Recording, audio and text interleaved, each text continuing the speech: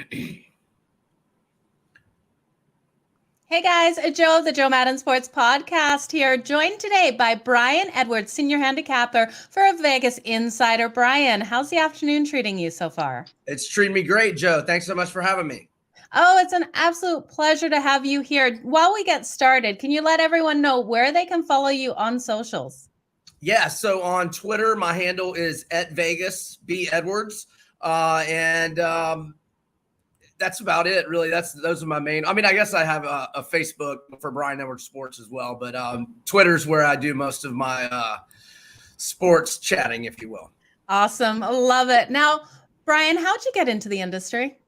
So my first job out of college was a sports writer in Atlanta for the Marietta Daily Journal, but I had an old friend that was working for Vegas Insider, and they had an opportunity open, and they flew me down, and I got the gig. And in terms of handicapping, it took them, I had to write articles and whatnot, but I would do the predictions at the end. And I've, finally kept pushing them, let me join the handicapping roster. And finally they let me eventually do that. Was March 2000 when I was hired. And for baseball season 2002, they let me start handicapping. So I've been at it for 20 years now. It's hard to think that 2002 is only 20 years ago. It's mind-boggling when you put it that way. Now, Brian, what's your favorite part of this industry? Oh man, just the football and basketball season is definitely my favorite part. And March Madness is obviously a lot of fun, but just football and basketball are the main times a year that I really enjoy the most. Well, we've got some great basketball happening right now. We've got a stellar game tonight with the Dallas Mavericks and the Golden State Warriors. Is there anything you're liking in this one? Yeah, I'm not huge plays for me here, but I'm going to have, about a half unit on 3 different plays. I'm going to eat the chalk tonight with Golden State. I'm going to go -2 in the first quarter, -3.5 for the first half, and -7 for the game. Dallas shot lights out the other night. I don't think they'll shoot that well on the road. And even in game 2, excuse me, when they played so well in the first half, or really the first 3 quarters, they ended up shooting 47% from 3 that night and still lost by 9. But I don't think they're going to shoot it nearly as well as they did in game 2 or in game 4 the other night. I'm going to go with Golden State. Okay, let's see Golden State close this one out. Now, tomorrow night, we're going to see the Boston Celtics and the Miami Heat playing again. What are your thoughts on this one? Yeah, I'm looking at the under here. Now, I've already made a small play on it, but I'm pretty bullish on it if Tyler Hero is out. They are really struggling with him offensively. I don't think Lowry's 100%, and they just don't have enough dudes that can get their own shot off the dribble, which Hero is great at doing. So without him the last 2 games, Miami scored 82 and then 80 last night. So the combined scores on the last 2 have been 184 and 173. I thought we might get what I believe would be the lowest total of the season in the 190s, but still hovering at around 201, or at least it was at last look about an hour ago.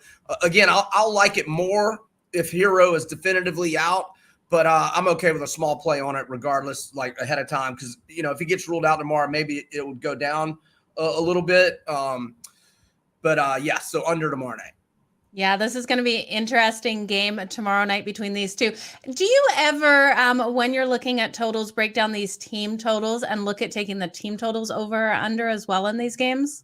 I do not as much in the NBA. In football, I really like the team totals, particularly with teams like Alabama the last few years when they would always have, not always, but most games would be blowouts. And yep. I felt like the best way to bet Alabama the last few years has been team totals over in the first quarter and in the first half, and betting them in the first, more so the first half, but sometimes in the first quarter as well, because so many of their games are lines 21-28, and they can be up 31, take all their starters out, and you get backdoored. So I've team totals more so in college football, but it's something I'm always looking at. Absolutely. Now, talking college football, we know college football seems like just a blink away. Anything that you're looking at early now? Yeah, I like the line on the week 1 game on Sunday night in New Orleans, LSU -2.5. against FSU. So Florida State, in the last 3 seasons, they are 14-20. So their fifth-year seniors, and when they were freshmen, that was the last winning team they had. And they only went 7-6 that year. And that was when Jimbo Fisher kind of clocked out mentally in like October of that year before he went to A&M. So, look, I think FSU's getting too much respect from the odds makers. LSU lost a ton of talent, obviously, had a lot of guys go into the portal. However, they got 24/7 Sports ranks their transfers that they got coming in, which they have 15 of them. That was third in the nation, ranked nationally in terms of what they got out of the portal. I think we'll have the head coaching advantage with Brian Kelly over Norvell. I think we'll have the quarterback advantage, whether it's Jaden Daniels, the transfer from ASU, or Miles Brennan, who was the starter in the first 3 games of 2020, but has been sidelined with injuries. He threw for more than 1,100 yards in those first 3 games of 2020. I don't know who's going to win the job, but I like both those guys. So I think we'll have the quarterback advantage over Jordan Travis. And again, the home crowd, certainly with New Orleans, obviously only an hour away from Baton Rouge. Yeah, absolutely. It's going to be a great college football season we're going to have. Are you looking for any teams to really fall flat on their face this season that we did see do better last year? Or is there any regression coming from anyone?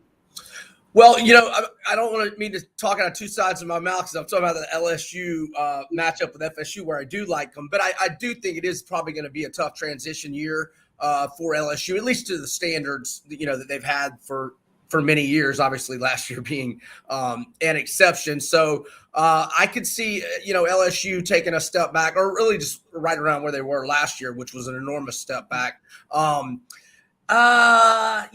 the top of my head, I'm not really thinking of anybody off the top of my head. Yeah. Anyone that you think is going to dominate again this season? If there's a sleeper team, I think NC State can win the ACC. They've got 10 starters back from a defense that averaged 19.4 points per game, or gave up only 19.4 points per game. That was second in the ACC and 18th nationally. I love their quarterback, Devin Leary, had a 35-5 touchdown to interception ratio last year. And not only do they have those 10 starters back on defense from what was a very good defense, they also get Peyton Wilson back, who led the ACC in tackles in 2020, but he got hurt in week 2 last year. So he missed all but 2 games last season. So I think NC State could be really good this year and potentially win the ACC. Now, do you have a favorite team in college football? Oh, yes. The Florida Gators is in my blood through many generations. Florida Gators, my entire family. We've got one outcast cousin who's an FSU fan who we rag mercilessly. And there's always the one in the family. Right. Yeah, we've got that one. I love it. Well, good luck to your Gators this coming season. How do you think they'll do? Well, Billy Napier is doing all the right things so far, but, we'll see. We really fell off the cliff a little bit last year. Now, we lost a lot of close games, so I think if we get better quarterback play, and I think we will from Anthony Richardson, who is in the top 10 of most mock drafts for the 2023 NFL draft. We just got a good transfer out of the portal in former Arizona State receiver Ricky Pearsall last week. He led ASU in catches, receiving yards, and receiving touchdowns last year. So that was a nice boost. I'm hoping we can get another guy or two out of the portal. Florida's win total is 6.5, heavily shaded to the over. I'll call 8-4. Okay. I think 9-3 is doable, maybe, win some close games. We'll see. But I don't think we'll be getting back to Atlanta this year. But hopefully not too long from now. Oh, well, let's go Gators. Brian, can you let us know what you have going on at Vegas Insider and everywhere else? Yeah, you can get all my picks on Vegas Insider, just the NBA going for me now. I only do 5 sports. I retired from baseball about a decade ago, but football, basketball, college and pro, so that's 4, and then UFC. And you can also find my content on majorwager.com and BrianEdwardsSports.com, which I see you have on the scroller down there. And again, Twitter at Vegas B. Edwards. Okay, Brian, thank you so much for joining me here on the Joe Madden Sports Podcast. I want to wish you all the best in your bets, and I hope to have you back on again soon. I'd love to. Thank you so much for having me, Joe. Have a great day. You too. Okay, you guys, I will be back later at the bottom of the hour with another Joe Madden Sports podcast. Thank you, Brian.